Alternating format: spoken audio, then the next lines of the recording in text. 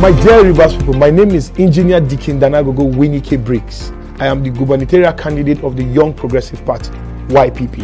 I'm also known as the Youth Governor. And I stand on an agenda called the 3E Agenda. 3E Agenda. Education, employment, and entrepreneurship. But we're going to be talking more today on employment. Far back before now, Rivers State used to be a very productive state.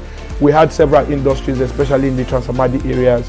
We have industries such as Rivon, we have industries, we even had Michelin, we had West African Bottle Industries, we have Pan-African Bank, we have several things that occupied Rivers people. But what is it today? According to National Bureau of Statistics, 43.7% of Rivers people are unemployed. These are verifiable facts. Unemployed, that has put Rivers State on a decline. Personally, I don't believe that Rivers State has an insecurity problem. What Rivers State has actually is unemployment problem. What do we do by this kind of things?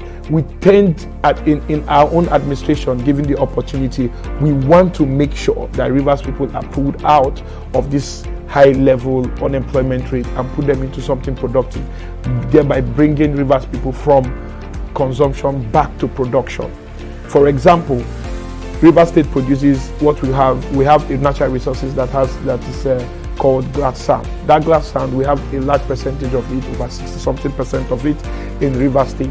It is used to produce stuffs like ceramic tiles, ceramic cups, and all that.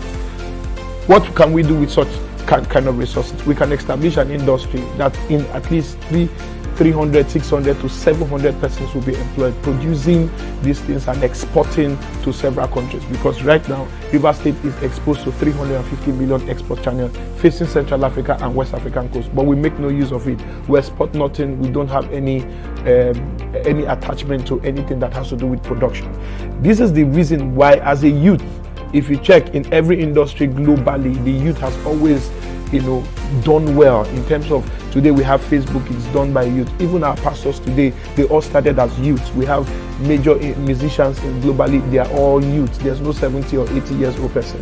So why don't we give the opportunity to Young Progressive Party to do something about the change, about our employment status? We can change this, Rivers people. We can put this thing in the right place, where it's supposed to be.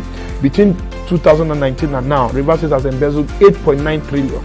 But I can tell you, a famous Nigerian that we all know that is establishing a 650 barrels per day refinery plant in Lagos, a fertilizer plant and a petrochemical plant, has spent about 4.3 trillion establishing that kind of thing. Why can't Rivers State do the same thing? We have the same resources. We receive 13% irrigation funds. We have internal state revenue. These things can be used to produce jobs for Rivers people. There's a whole lot. For example, if you go to the riverine area, Rivers State produces 270 species of fish. 270 species, but we cannot even export one. Even if we are harvesting 50% of this fish, it will take us far. The global market size for shrimp $52.750 billion, and it's estimated by 2035 it would have increased to $74 billion. If Rivers State is producing just 10% of this shrimp, of which we have a very large deposit of, we will produce about $74 million of it. 10% is just $74 million. That will give us a large, if you convert that, it's about 52 point something billion naira. It's enough to create job employment for our youth. It's enough to reduce the 73.7% of unemployed youth in Rivers State. It will help Rivers people put them, say, if you go to the creeks today, nobody wants to be in the creeks. Nobody wants to be in militancy. Nobody wants to get involved in any form of killing. But today, because of there are no opportunities, there are no mediums for them to get employed, there's no way we get involved with all manner of insecurity issues. I'm talking to Rivers people. I'm talking to the youth of Rivers people. This thing can help our elderly, our women. They will get engaged in just searching out the fish, putting them in packs, putting them through the process while the machine is going to continue. It's a lot of employment for our elderly, for our women, for our girls. We cannot sit back and watch our citizens, watch our youths go fallow, go down. If you check the number of communities today, you will find out that only one or two communities are less involved in crime. I say that most times, but you can argue it. In our own research, if you go to Bonny today, you have lesser people that are involved in crime. Why? Because there's Saipan, there's LNG, there's all manner of companies in that place, getting them involved. In fact, from my own research, 75% of people working in Bonny citizens are engaged in some form of productivity in their community. But other communities are fallow. Like my community, there's nothing happening there. It's dry, it's fallow. Don't sit down and follow people just because of they are so popular. Follow people because of we are thinking about a future.